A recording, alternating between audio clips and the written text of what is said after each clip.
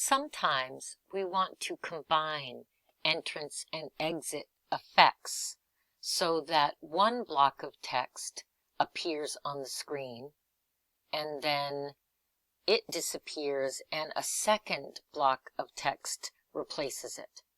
So the way that we do that is we assign an entrance effect to the block of text and then an exit effect to that same block of text.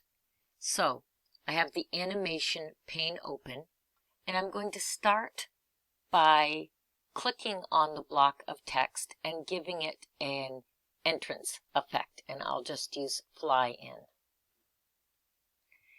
Now, what I want to happen is I want for this block of text also to fly out when I give it the proper timing or trigger. If I just clicked and chose the exit effect, it would replace the existing effect. And I don't want that to happen. So what I need to do is select the box, and then I'm going to go over here to where it says Add Animation. And that allows me to add a second animation to the same item. So here I'm going to have disappear be the animation. So for the exit.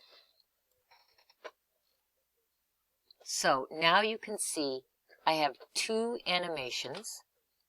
They're numbered, and over here I can see them.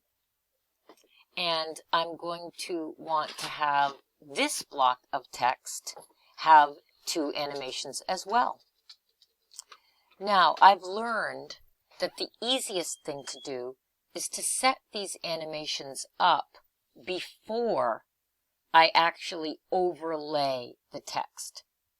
So I'll show you what I mean by that. I've clicked on this block of text now, and I'm going to give it the fly in animation.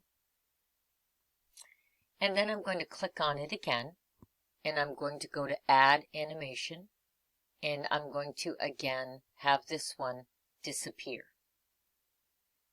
Each of these activities is going to happen when I click the mouse. So now that I have set these up, I'm going to see that the animations themselves work. So I'm going to click on Slideshow from Current Slide. I'm going to click once. There's my first block of text. I click again and it disappears. I click again and my second block of text appears, and if I click again it disappears. Okay, so now the last thing that I need to do is solve the issue of making this text appear where the other text was. And now that I've already added the animations, the easiest thing to do is to click on that block of text and to drag it up and put it right over top of the previous block of text. So it's in the correct place. But instead of trying to click on these separate overlapping blocks of text, I add the animations to them separately, and then I put them in the location on the screen where I want them. So now what will happen, if all goes well, I'll go back again to Review from Current Slide. And you can see there's no text yet because I have to click to have the text fly in.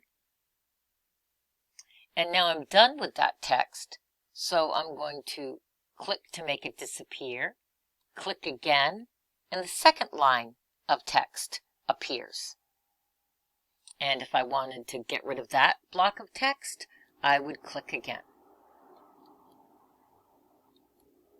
So that is how you add two text effects to a block of text. And often we're doing that because we want to keep the text on the same page. So maybe I want to keep referring to this map, and one way of having my different information come up would be just to replace the text blocks.